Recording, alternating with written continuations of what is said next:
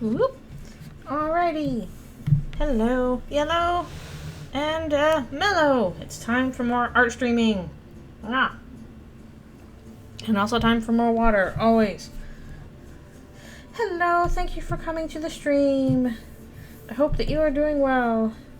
Today, we are working on this animatic project. Mostly I'm trying to, let's see. I'm trying to get backgrounds done. I'm not quite ready to do, let's turn it down a little bit. Not quite ready to do, character stuff yet. Yeah, the one for the anniversary. I've gotten the roughs for it done, so now it's just a matter of cleaning them up. So, a lot of background stuff today. And I want to do character stuff as well, but I would really like to get the voice work for that first, because I like to work off of voice stuff whenever I can, because then you can kind of time stuff out to people's inflections and stuff like that.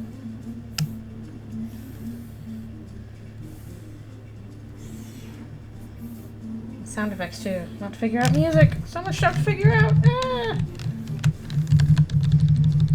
In some ways I kind of like working in Storyboard Pro a bit more than Photoshop. It's a little bit faster in some ways. Yes, I did. I talked about it on my Discord server.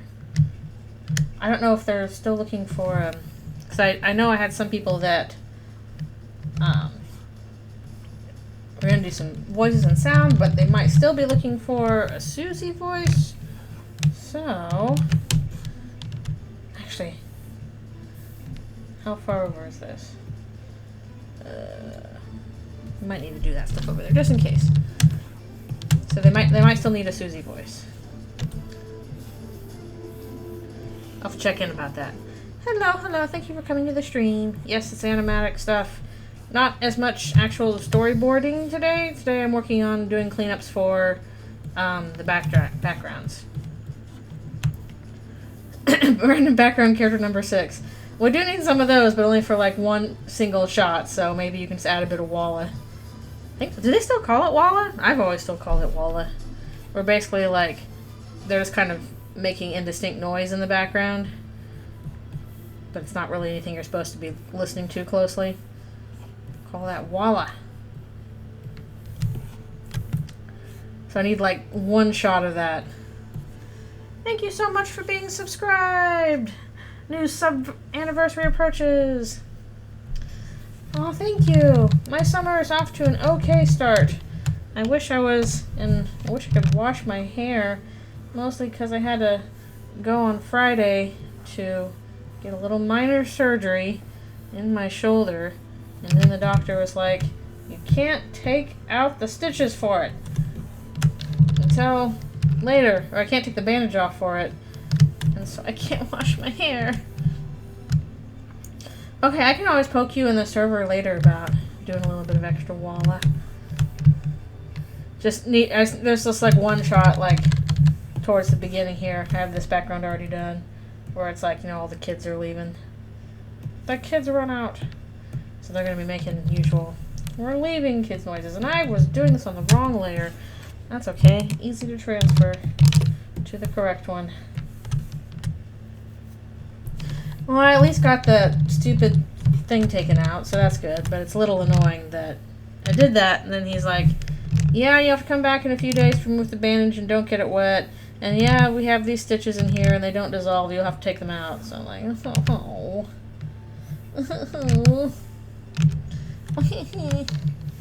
The rare, easily correctable wrong layer. At the very least, this is nice because, like, this thing makes sure that you know, like, which layer you're working on, because it'll dim all the other layers that you are not on. Hello, thank you for coming. Ooh, play with friends stuff. Thank you. I mean, I'm recovering fine. The procedure took, like, what, 15, 20 minutes? I didn't even have to have general anesthesia. It was just like a little local. They put into my shoulder. I was awake the whole time. And it felt very weird. I'm like, I feel like somebody has stuck rubber bands onto my skin. And also it's a little wet. Mostly the rubber band skin thing going on. And then they were done. I've switched software because this is my primary software that I use for storyboards. This is Storyboard Pro. As you can see, this is designed to act like a storyboard. I haven't, this is just planning out the shots. I haven't done much in the way of the actual animatic yet. I would like to, if I'm able to, get the sound, at least some of the sound files. Although I do have some shots that don't have voices, so I can, if I still have to wait a bit for the sound files, I can do those. Yes, this is what I primarily use for work. This is what I'm going to be using tomorrow. Honestly, I've been using this also recently just to draw backgrounds in because it is way easier to do straight lines in this program. It's kind of a whole ordeal in Photoshop, but here it's just like want straight lines? There they are. Also, way easier to erase because this is all vectors, so just yoink and they're gone. Much easier. This is designed to be used quickly and easy to edit.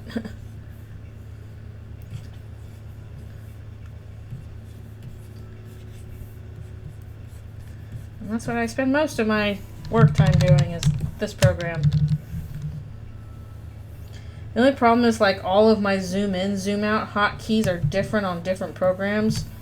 Like on Photoshop, it's zoom out. It's like, you know, hold the mouse or whatever, and Z, and then this one, zoom in, zoom out, is 1 and 2, and then I think there's another program I have where zoom out is something else, and I really easily get lost in those. I'm like, why isn't it zooming out? Oh, that's why. I'm literally pressing the wrong key. What era computers do they have? They have computers and they have the internet, but it's all kind of oldish? Who knows?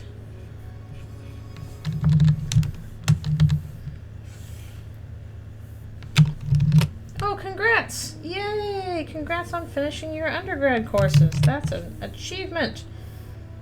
But now you have a summer to not worry about school, hopefully, if you got everything done. Summer! Yeah, congratulations! Are you doing anything special for your graduation? Let's see. Gonna get some tasty foods or go on a trip or just do something fun? To be determined? Okay. That is fair. Alright, should I be putting these on a separate layer? Yes, I should actually. I think I need to. 'Cause I think no one's supposed to walk around it.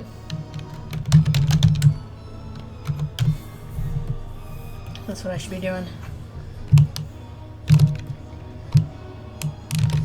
Well, actually, the door we can put on a separate layer, the bottom layer. Yeah, you should do something fun. It's graduation. That is cause to celebrate.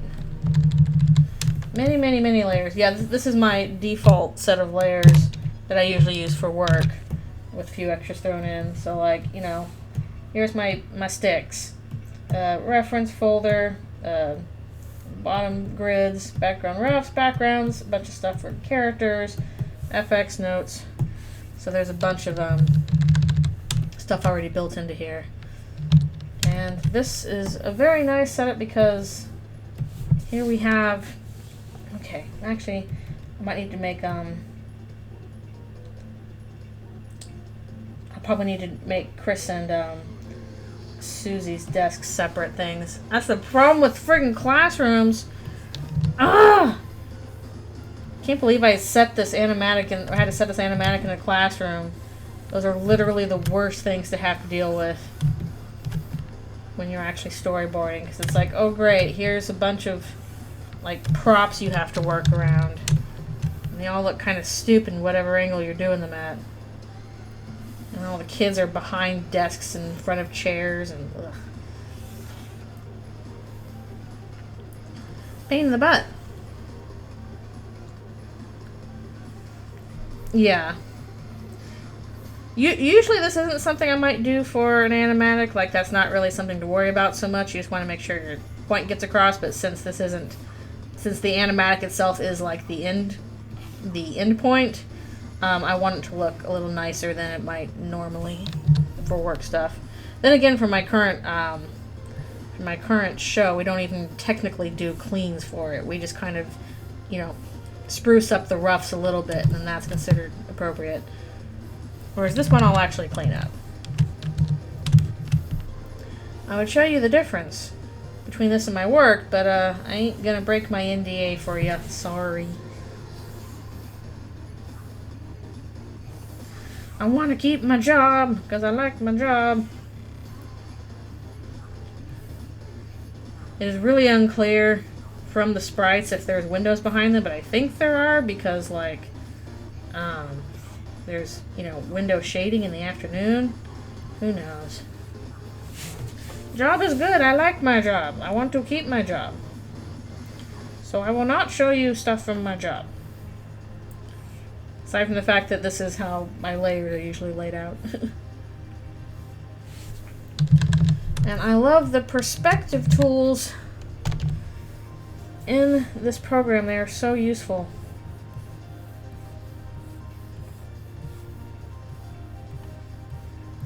This is why I sometimes, like, even for just like backgrounds for Eldritch Rune and stuff, I'll just do stuff in Storyboard Pro and then export it, because it's just so much faster to draw in perspective this way. It's a little bit of a hindrance because sometimes you don't want to be in perspective this tightly. But in this case, I'm like, yes, just save me a headache.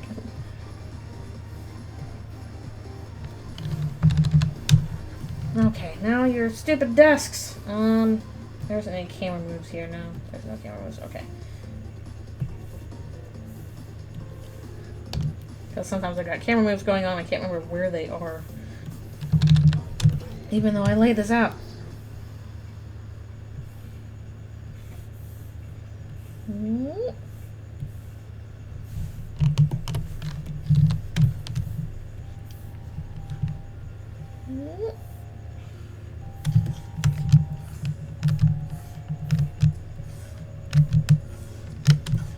Also have to assume these are what the chairs are like, since they don't show the chairs in the sprites. Please, Toby, why didn't you sprite some chairs into these classrooms?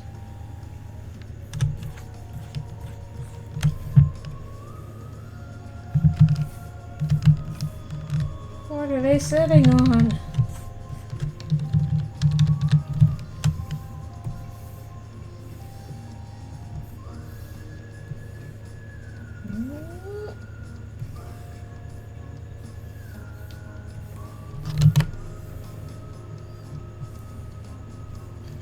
Honestly, the worst part also of doing a classroom is you have all this stuff kind of in perspective, and you're like trying to keep it that way, but the more you scooch around the perspective, the weirder it starts to look. Like, the desk shouldn't be that big, yet it is? I don't know. And they have a little spot in the front of the desk where you put your pencil. Remember that much, at least.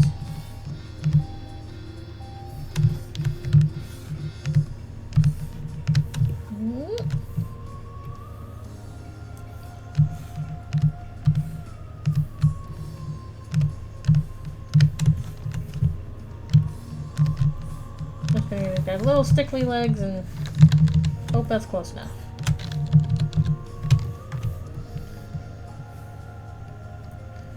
I don't know if I'll be able to, but it'd be very cool if we could finish all of the backgrounds today. And I could focus on the characters next.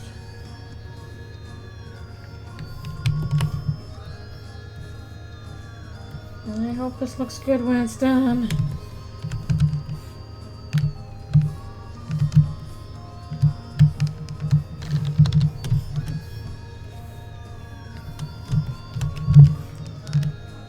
I won't be able to do color or anything, but I'm kind of wondering if I should add some limited shading in some shots.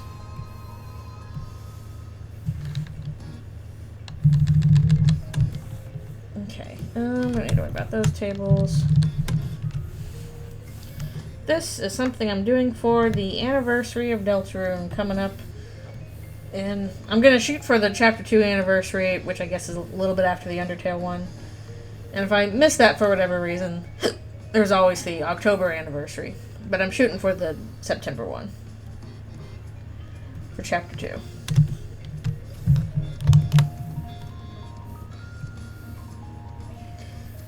I honestly wanted to do this a while ago, but I just never let myself set aside the time for it. So I'm like, I should just set aside the time for it. I should just do it. Mostly because the audio part is the part that I cannot do myself. I need help with. So that's what I worry about.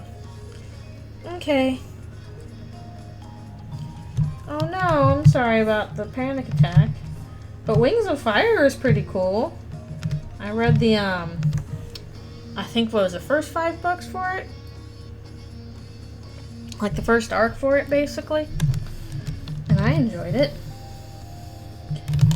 If I had read that when I was like, I don't know, 12 or whatever, when I was in middle school, that would have blown my mind. That would have been like my favorite thing in the world. And like, I would have been obsessed if I read that when I was a kid. So I hope some dragon kid read those and is getting those feelings. It was mostly me with Redwall instead. I hope you calm down soon. Having panic feelings is no fun, and my chair is kind of in the wrong place, so we're gonna scooch that over a bit. Yeah, come on. Here we go.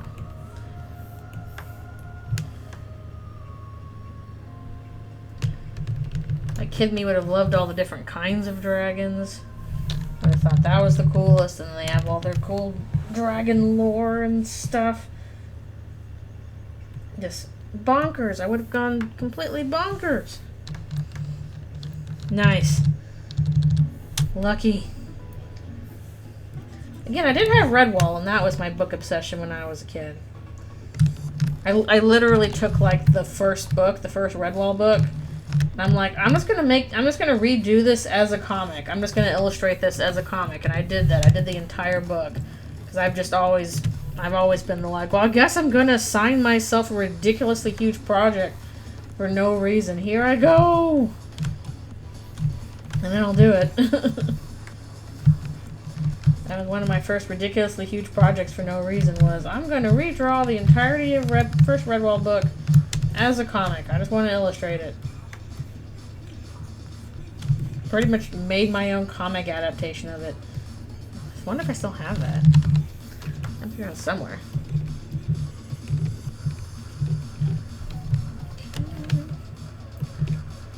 Yeah, actually, get rid of that.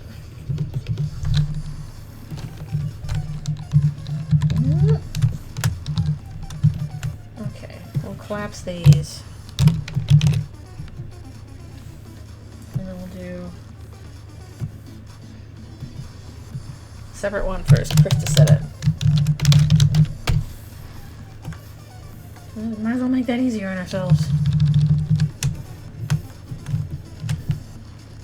Less things to draw around if I can just have them as separate layers. A bit more than I usually do for my work. I'm trying to make things a little bit easier.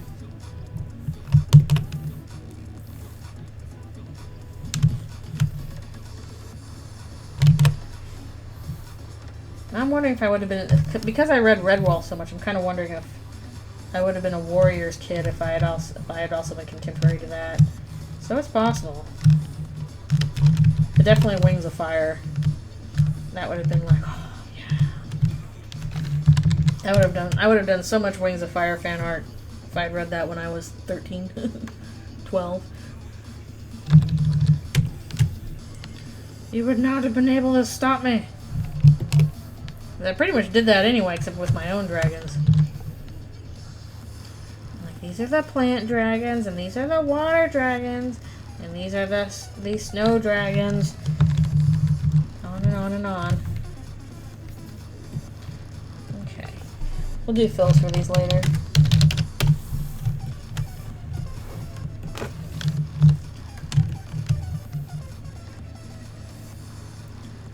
It's good to have something or other. Yeah. Maybe zooped off.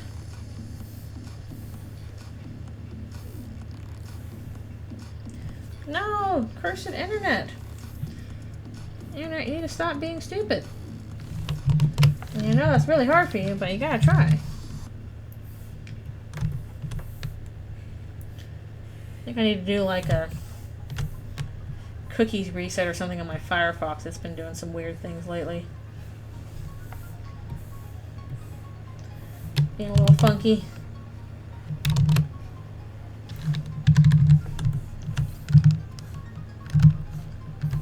What kind of a service do you have? I don't know if it makes a difference, but 'cause I know that internet places usually just have monopolies on stuff.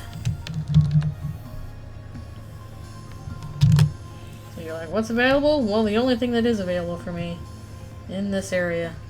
Spectrum, okay. I don't know much about that. I have the Canadian monopolies rather than the American ones. Monopolies, monopolies everywhere you go. Okay, these two desks will do fills for later, but those are going to be in front of characters, so.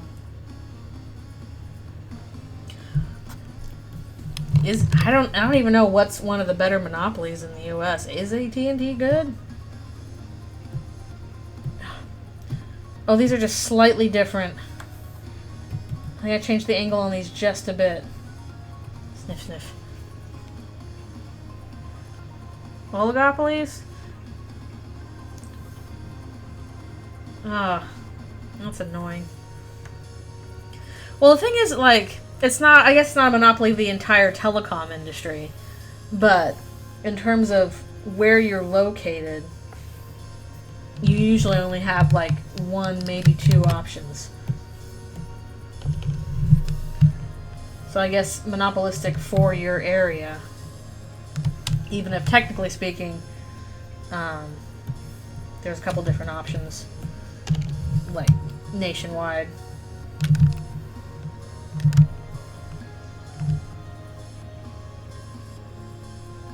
Two are usually in conversation. Ugh. The one I had was in a buyout recently. Well, recently, I mean like the last year or so.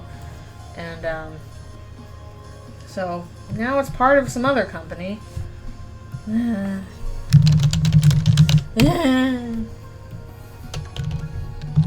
It's not the most healthy business thing.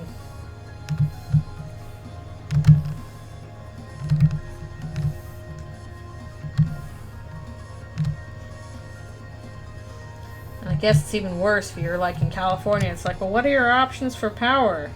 Well, either you make your own solar power or using Pacific Edison gas or whatever. In which case they're like, oops, sorry, we started a fire somewhere in the state because we didn't want to use our stuff wisely.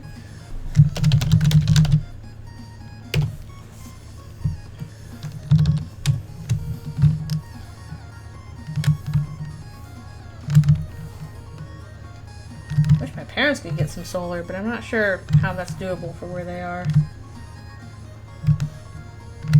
Seems like possible, but I don't know, it's doable.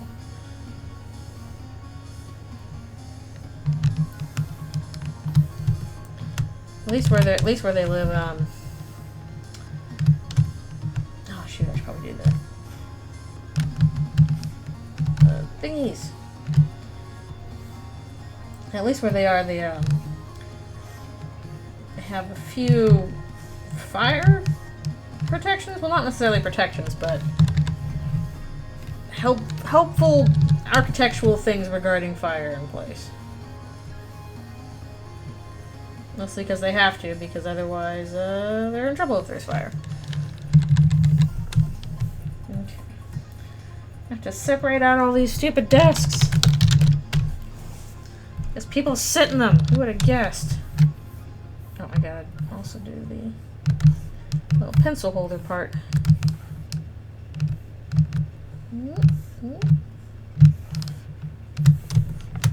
Most of the stuff is off the shot anyway. Oh, awesome. I'm glad you got solar. Like, they certainly can get solar. I think, like, it would be helpful. They live in a very sunny area, but it's mostly a thing of their housing is linked up with university stuff, so they probably cannot alter their house without going through some homeowners things. So I don't know, there's probably illegal stuff involved in it. But in terms of actual practicality, it would be practical. There is plenty of sunshine to be had. Okay. Can I copy paste this one? Or is that going to be too big? Let's give it a shot. Oh, it's not that bad. I can make that a little larger and it'll be fine. Basically, if the background gets too big and the copy paste, the line starts to get too thick, but that should be okay. We'll just copy paste that. Actually, I think we'll just put the table on top of that. Okay. These elements do not need to be separated out. Good. Although, probably have to make sure I can open and close that door. Eesh, elements to think about. I'm not even modeling or animating it. I'm just like, oh, I have to make sure this looks decent.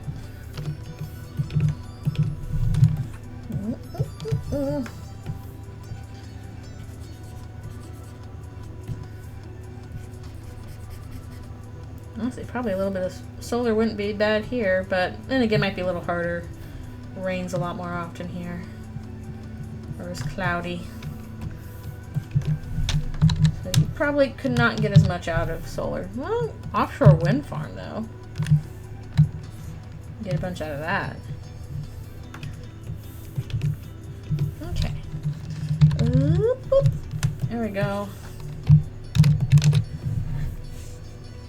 We'll chew through these. This is like, how many shots again is this? This is a ton of shots. 53 shots. So, we got plenty of space left to go. Some of these repeat though, so it won't be that bad. Okay. Yeah, so you can see like my little stick figures. They are extremely stick figure. That's my earliest rough setting.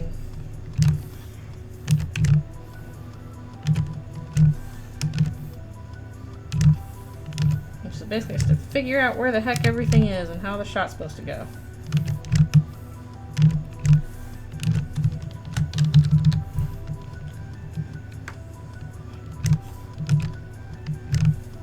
Also, I forgot to say, thank you for following. I super appreciate it.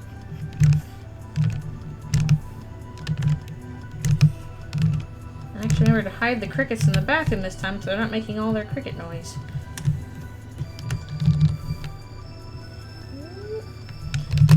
Honestly wondering if this is the correct shade I used from the first two, but yeah, probably close enough.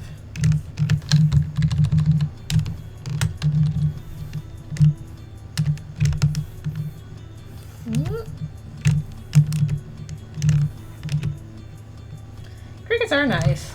They're nice in their own way. I just didn't want them making too much noise over the stream because they make a lot of noise.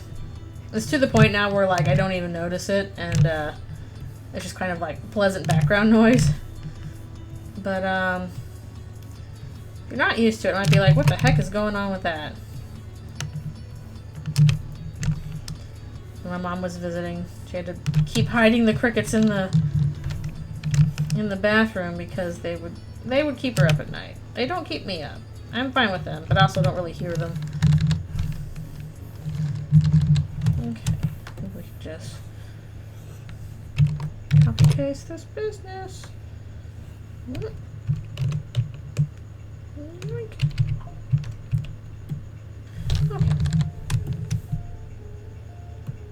It's an easy one.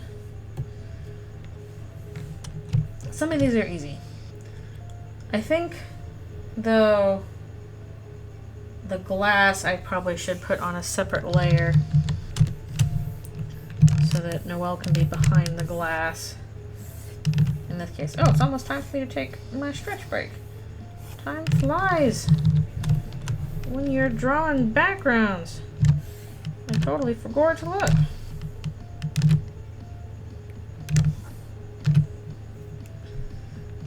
Whirple guy. Is that Gaster now? He's Whirple guy? I would call him Corporal guy. Because he fell into the core. Corporal guy. Oh no. I see, I was worried about that for a bit. I was like, oh, am I going to be okay? You know, keeping the live crickets for Alfie's food? Like, they're going to make noise. And, you know, at first it was a little annoying, and now I'm like, I don't care. They make noise, it's fine. It has become pleasant background white noise at this point. Alright, it's time for my stretch break. They need to be live because it's honestly better for them. Like, it's better for them to have live prey. That kind of plays into their instincts more. They're, you know, they're little hunters. They want to hunt food. I just noticed even with Alfie's, when she is a lazy girl who does not want to eat her greens, but, she's not interested in crickets if they're not moving. Like, them moving is what attracts her attention and makes her want to eat them. And I've had to give her dried crickets before when I didn't have access to the live ones, and they're just not as good. They're like crunchy husks. There's no meat in them. Plus, you also get some nutrient benefits, because if you give them live crickets, then you can gut load them with appropriate food that has more vitamins in it. So basically the lizard is getting like vitamins and good stuff from the cricket itself, and then they're also getting it from the cricket's gut content.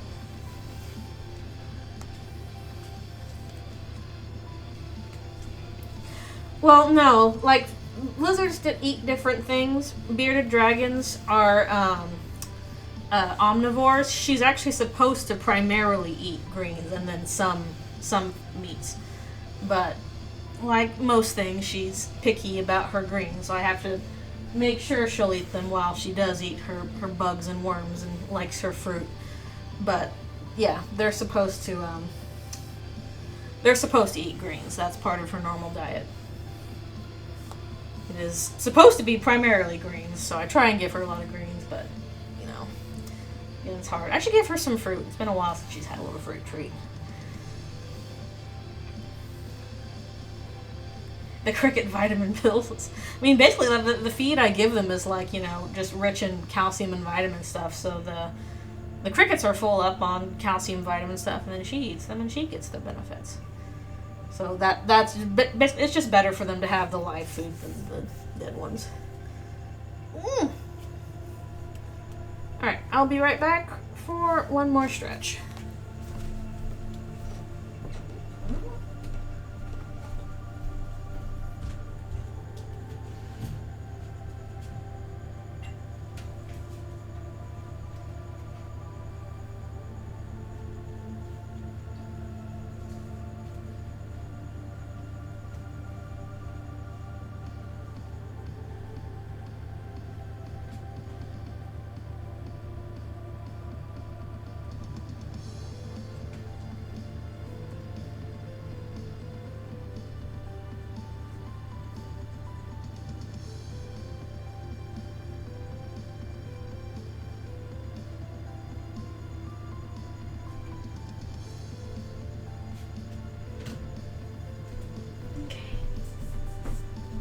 And now I return.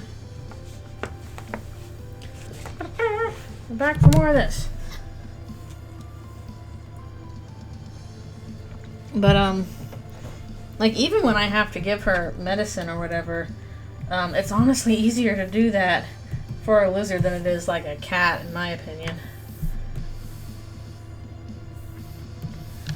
In my humble opinion, it's much easier to get a lizard to swallow something than it is a cat.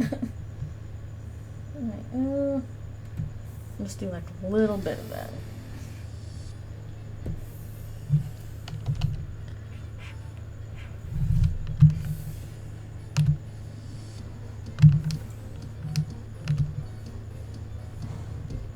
Yeah. Whenever I've never really owned much in the way of cats. I've had, like, my friends have had cats. But every time I've had to be like, hey, can you, when you're watching the cat, can you give them a pill or whatever? It's hard. It's really hard to give a cat a pill. Like, I gotta struggle to do it.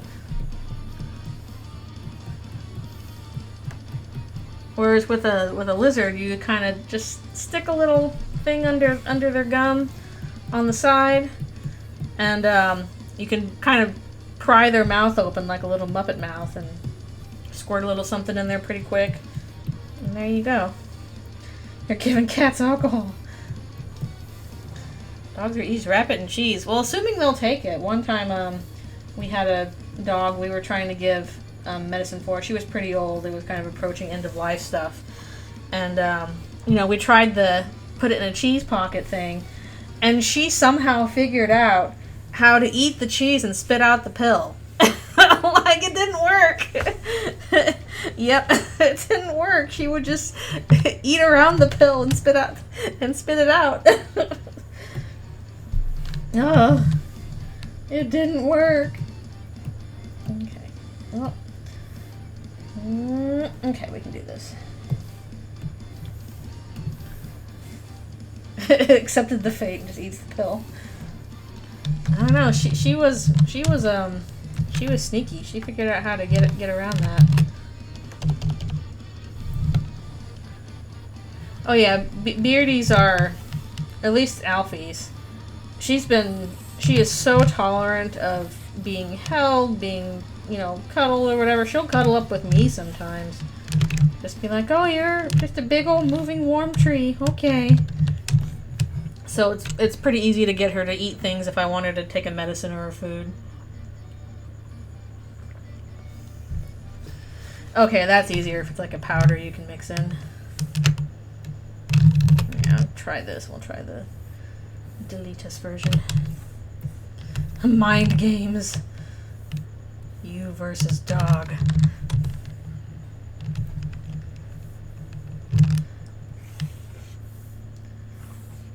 Yeah, I don't know. Every dog is different. That's true. But some are just like, oh, I'm going to scarf down whatever. And some are like, no. You can't fool me.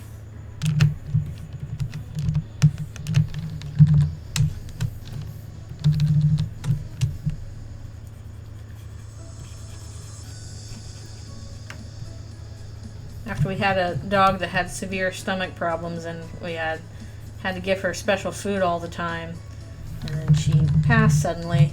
When my parents got a new dog, they kind of kept up the sense of, really nice feeding, and as a result, he had just like the nicest, shiniest coat because he got really good food. Didn't give him quite so many table scraps. Sometimes I do a bit. I don't think my dad can resist giving the dog table scraps. Yeah, now excuse me, I'll eat my own vomit. Empty juice box versus pill. Why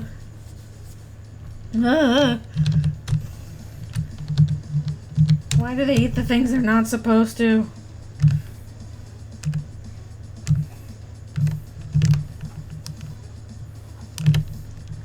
Like, but please be picky about the right things. As my parents had a huge scare with their dog, realized he had gotten into a big box of chocolate while they were gone, and luckily, even though he was just kind of a little sluggish, they thought to take him to the vet and got that taken care of, so he's okay. But oh, that's scary. Some toddlers just love to eat dirt. They're like, well, I can put this in my mouth, so why shouldn't I?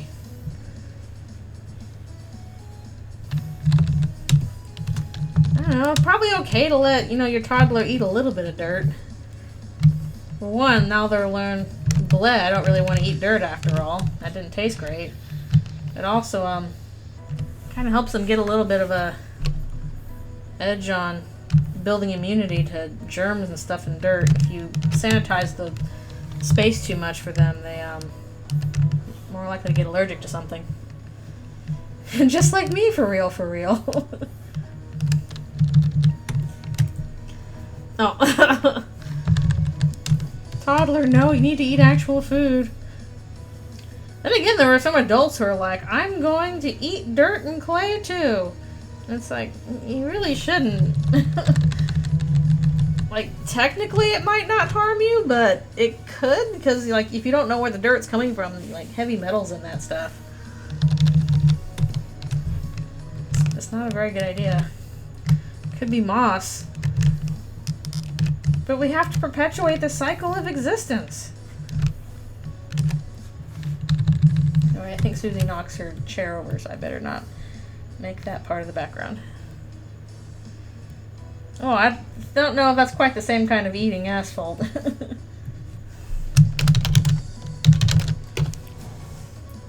Locally sourced dirt. I have no clue if the dirt around here is safe to eat or not. Probably not.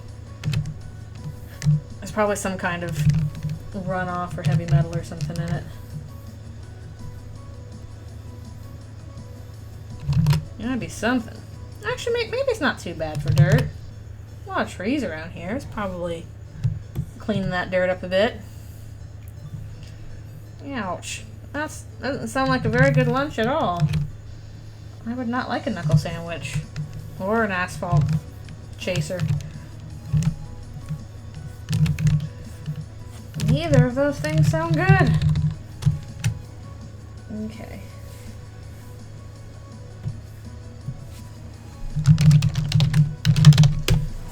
Dividing all the stuff up. It very well could. It could. Well, it's summer, so we're not getting as much rain. Although we actually might get a little bit today. Gotta enjoy it while we can before it gets to super summertime and it's hot. I have to put up my dinky little portable air conditioner. Which is better than nothing, but still not much. Okay. So, camera.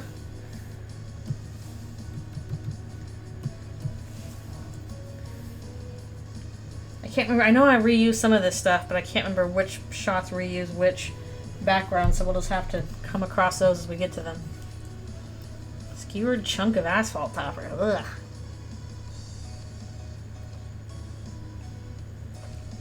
Blech, blech, blech.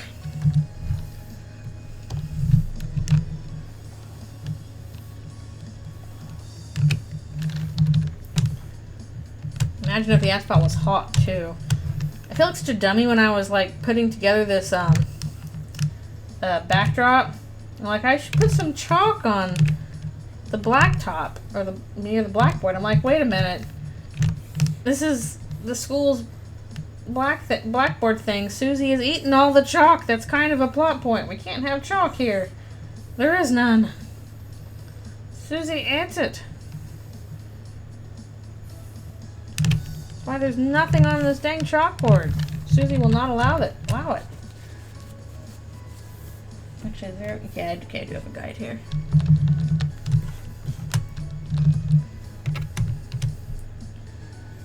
Susie's like, I'll eat some asphalt. Sounds great. You should try it, you freak. And then she shoves your face to the ground.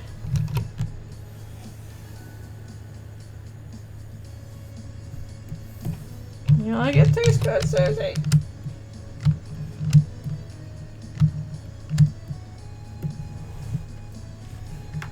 Here's your benefits of chalk versus asphalt versus real food. I think of those, the asphalt's probably going to be the least nutritious. At least chalk, like, could technically have some benefits. Especially if she's a reptile of some kind, as we were talking about. They need calcium. Chalk is probably a good source of calcium.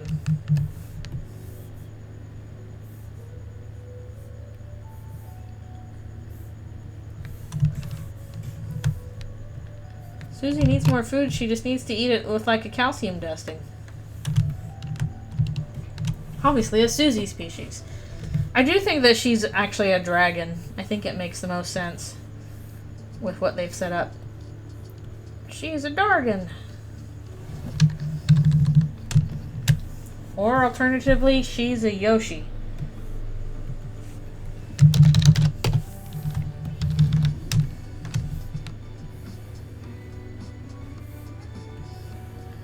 So my money right now is on Dragon.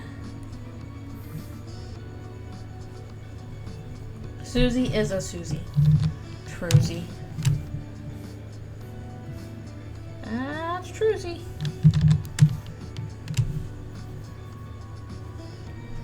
Is Godzilla close to resembling any real-life reptile? I think the closest thing that Godzilla is to a real-life reptile is probably a marine lizard, like a marine iguana, which are lizards that live and hunt in the sea.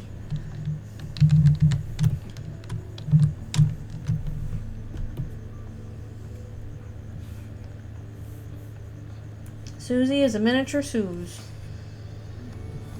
You Suze, you lose. No! A sea iguana? I don't know. I guess the thing is, if she wants to be a Godzilla, then she would be a kaiju. Because, you know, that's a kaiju. Although I guess a kaiju is any giant animal, not necessarily a lizard. I expect we're going to be seeing us some Susie-zilla. At least we better give us the Susie-zilla. Let us have our Susie-zilla. You keep setting it up. You got to do it. Well, that's the thing. Like a marine iguana can't they don't breathe underwater. They're not marine animals. They just swim a lot and hunt in the water. But they're not like fish. Yes, I want a kaiju battle, or at least, you know, like a rampage style, like, even if we don't have a kaiju battle, at least we get to stomp, like, you know, the city, as Susie says she wants to. Let us fulfill our kaiju dreams.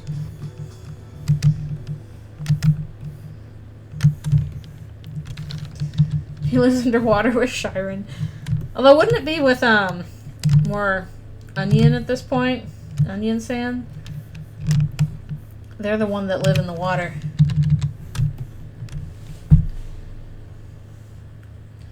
Susie is pretty dinosaurish, but I think, like, the original Godzilla, like the original Gojira or whatever, was supposed to be like a marine lizard that was mutated by experiments and all that. I did just watch Godzilla -1, and that was really good. Finally saw it. I should have saw it in theaters. We're not sure if Susie is pro or anti-water yet. Maybe if we have a water dark world. Does she like to swim? Or is she like, no, none of that for me? We don't know.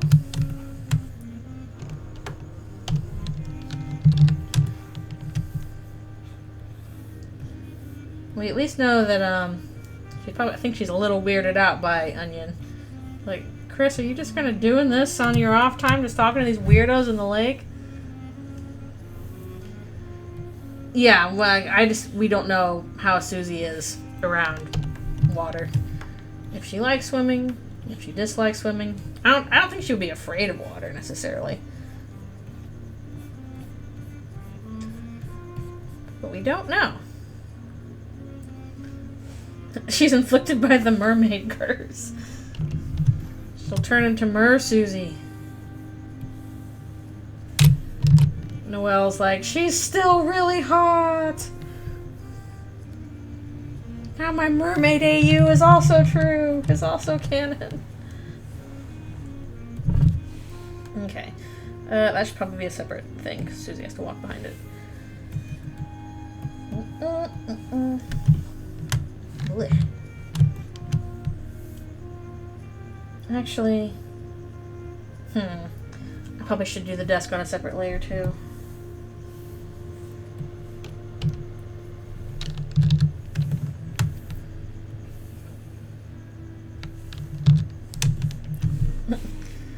Her brain is rebooting on Mer Susie. She's like, oh, the mermaid AU.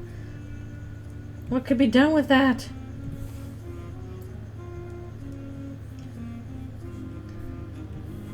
See, how many AUs can she have for Susie? It's like, I got your Mer Susie.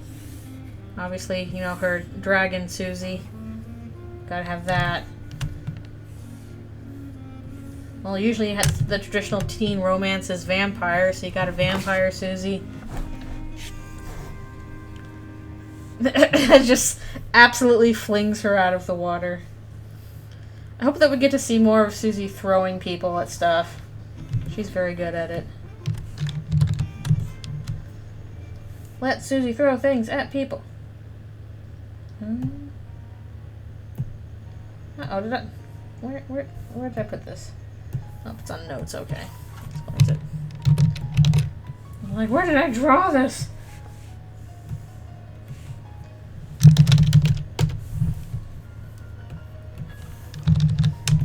He's like, I was hoping for CPR, but this is good too.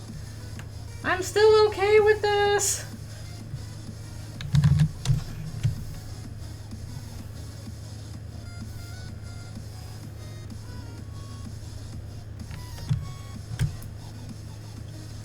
She'd make it to the MLB if she wasn't a child. She should be allowed to commit crimes. She should be allowed to do every crime. Well, most crimes. She should be allowed to do the cool crimes. The uncool ones, she wouldn't think to do, but she should be allowed to do the cool crimes. Let Susie commit the cool crimes.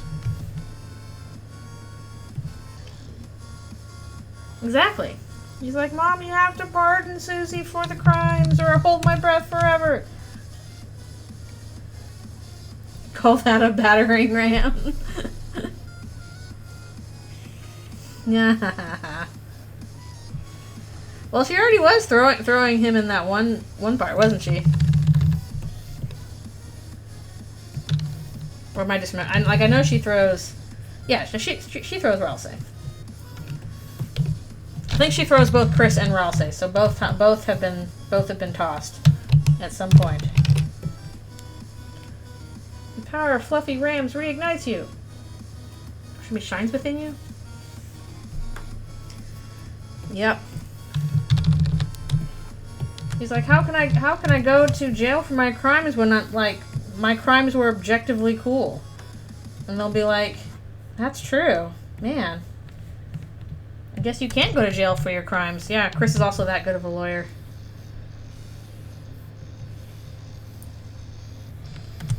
Chris is Phoenix Wright.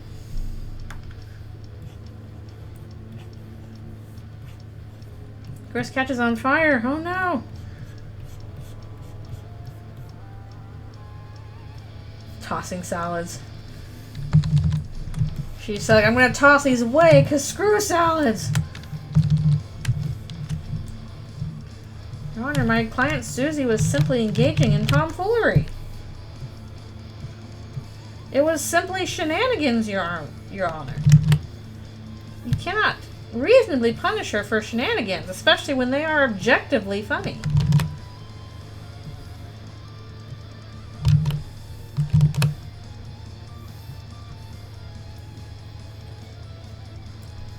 Exactly.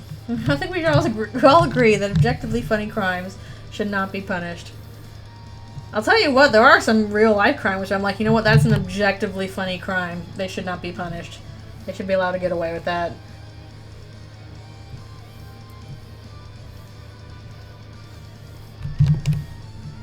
Your Honor, you can't punish her because she did it for the bit.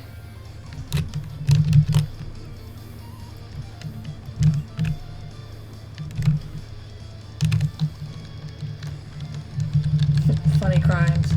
They have to be objectively funny crimes. Exactly. It was for the sake of a pun. Well, I don't know. Would Susie submit herself to puns? Maybe if it was for, you know, crime, she would. We, as the jury, find the defendant funny AF.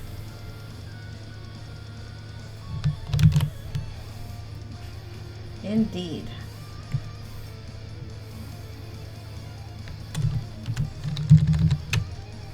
Get that.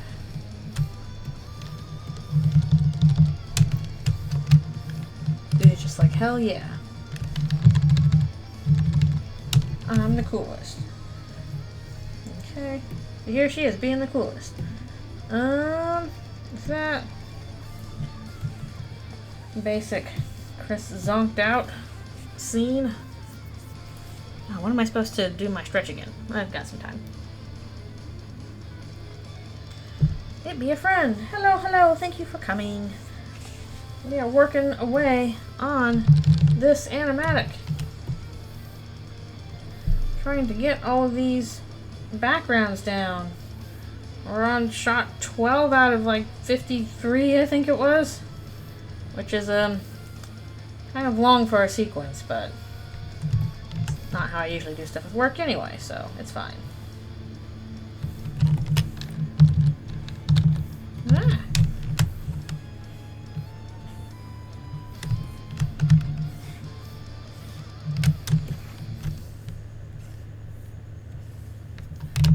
I hope that Susie in Chapter 3 gets to do some very funny crimes. She's like, I'm going to say every swear word you're not allowed to say on television.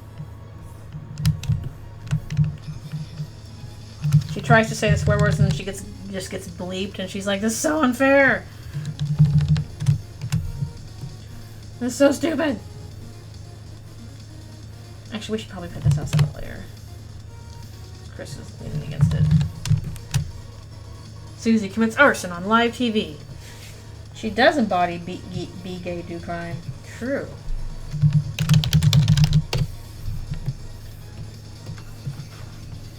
She's got it figured out.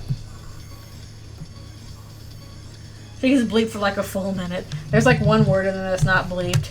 It's just like, what word does this mean in context?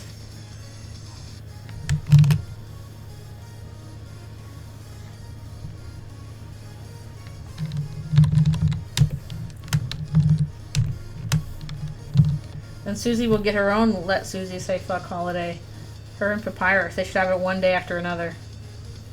Like Papyrus is what, like the 16th of June, and hers is the 17th of June. That's a little odd. What's going on with that?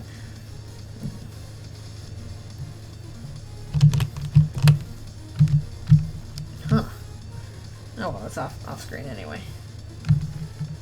It's off screen. You can't see what's happening. It's out of the shot.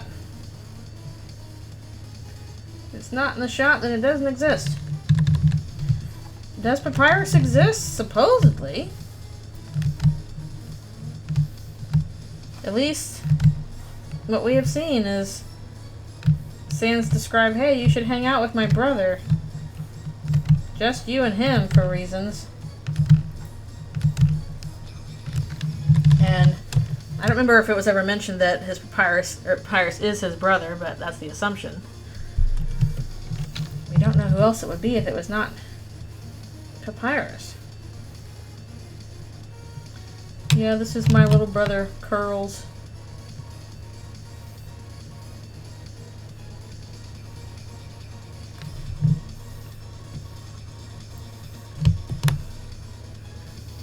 Only hint is the trousseau of bones at the door, indeed. All we ever get is a trousseau of bones. Unfair. Especially it's like, yeah, you'll see Papyrus when, like, Asriel comes home. And it's like, gosh darn it. Now I gotta wait who knows how long. Well, Sans, how do you know those things? What secrets are you keeping from us, Mr. Bone Man? You and your secrets.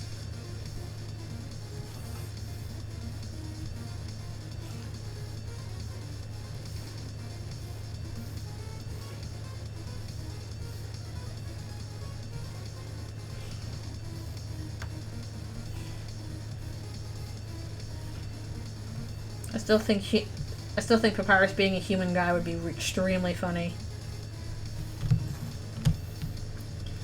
I would scream and also laugh a lot.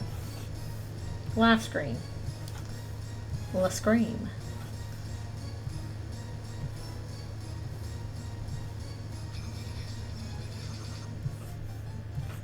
I think this might be a little bit too thick of a brush. I don't know.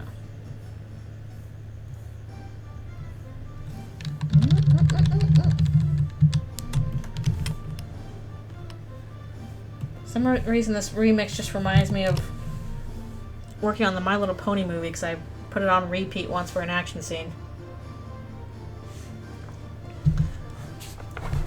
I don't think... Actually, did that shot get into the movie? I don't remember. Oh, angle changes just slightly. Ugh, okay, fine. Actually, I might tighten... I might tighten that shot whenever I do it.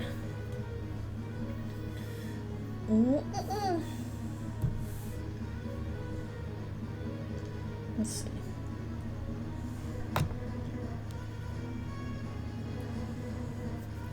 Yeah, chapter 5 or 7. This program is Storyboard Pro. It is extremely good. I really like using it, but probably is going to be a little hard to get a hold of because this is professional software. I did buy it for myself because I justified that cost as well. I'm going to use this at home enough anyway, and I was correct, but it was expensive. So probably a little hard to get if you're just starting out. But this is what you use professionally for storyboarding, is this program. And I like using it for other stuff too, just because again these perspective tools are really useful. It's designed to do stuff pretty quickly. But yeah, this is what you normally use. So if you can't get your hands on it, go for it. This is the storyboarding program that you usually use. There's a lot of nice features, hotkey stuff that you can do. Like there's literally where is it?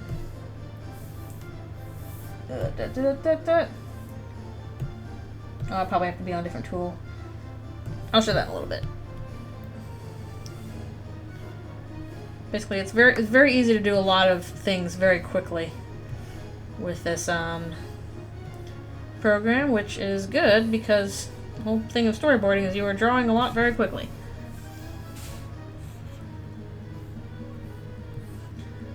That's why, again, I often do backgrounds, even just for like my comics in here, because the perspective tools are just way better than whatever Photoshop's got going on.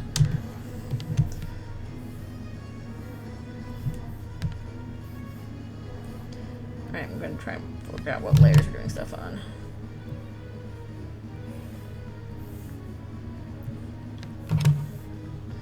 Oh no! Did the ads prevent you from hearing about the program? What did you hear last? I didn't realize it was ad time. I gotta stop soon for my break. Like, I really gotta set up ad time so I have control of ad time. Not you, me. Control of ad time.